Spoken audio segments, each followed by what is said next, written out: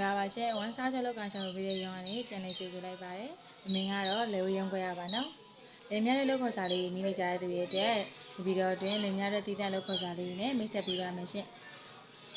သုဒ္ဓဒေဝီမှာရှိတဲ့ဝါဒုစေုံမှာဆိုလို့ရှိရင်တော့အမျိုးသားက3သိန်းကနေ4သိန်းကြားရမှာဖြစ်ပြီးတော့အမျိုးသမီးကတော့2သိန်းကနေပြီးတော့3သိန်းကြားရမှာဖြစ်ပါတယ်ရှင်တပတ်တရက်ပြည့်ပြီးနေစားစားဆိုင်ညီနေစီစဉ်ပေးထားပါတယ်နော်ဒီများကနေလည်းစီစဉ်ပေးထားပါတယ်ရှင်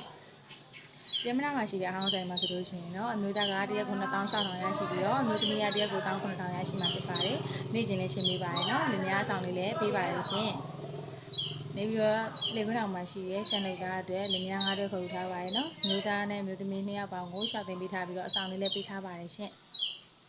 လေဝေးမှာရှိတဲ့သပင်ခါးစီရင်ဆောင်အတွက်လင်များအတွက်လေးလည်းခေါ်ယူထားပါရနော်တယောက်ကို2,300တွေ့ကြုံမရှိသူများအတွက်ပါနော်တွေ့ကြုံရှိရင်တော့2သိန်းခွဲရနေအထက်ကိုပေးပါတယ်ရှင်နေစားစားကြရင်လည်းစီစဉ်ပေးထားပါတယ်နော်ခုမိတ်ဆက်ပေးတဲ့လုံဒီကိုစိတ်ဝင်စားလို့ရှောက်ထားခြင်းတဲ့သူများအတွက်ကတော့